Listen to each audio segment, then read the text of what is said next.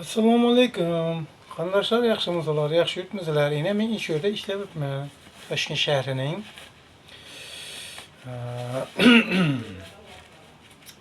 3 qahramon va yaqinidan sal beriroq tomon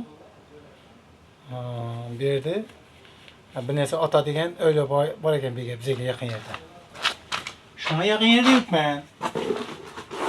O'ylik ish ishlab yuribman, og'izlar mendan so'raganlar.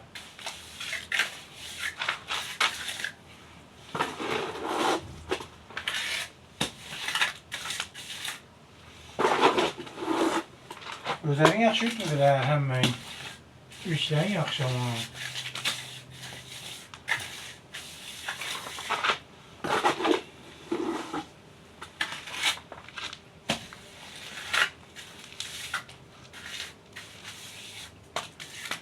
Ulan toy başlattı bu. Mesela toyga baraş niyetim var.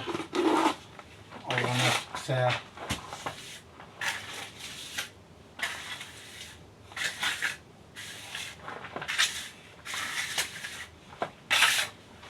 İşlerim işlemem ben. İşlemeyecek işim yok. Hani işte işlemem Xudoga şükür. Çok mağanatman. Bunu işe tüpteken deb o'ylab yurgan odamlar o'shanda ishlayapman men.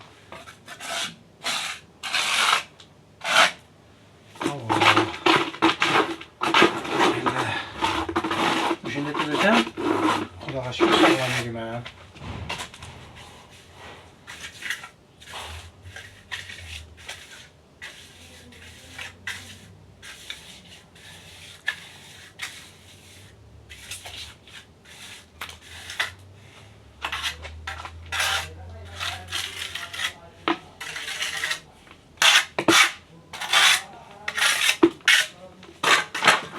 Layım tamam qoldi, layıp kelaman.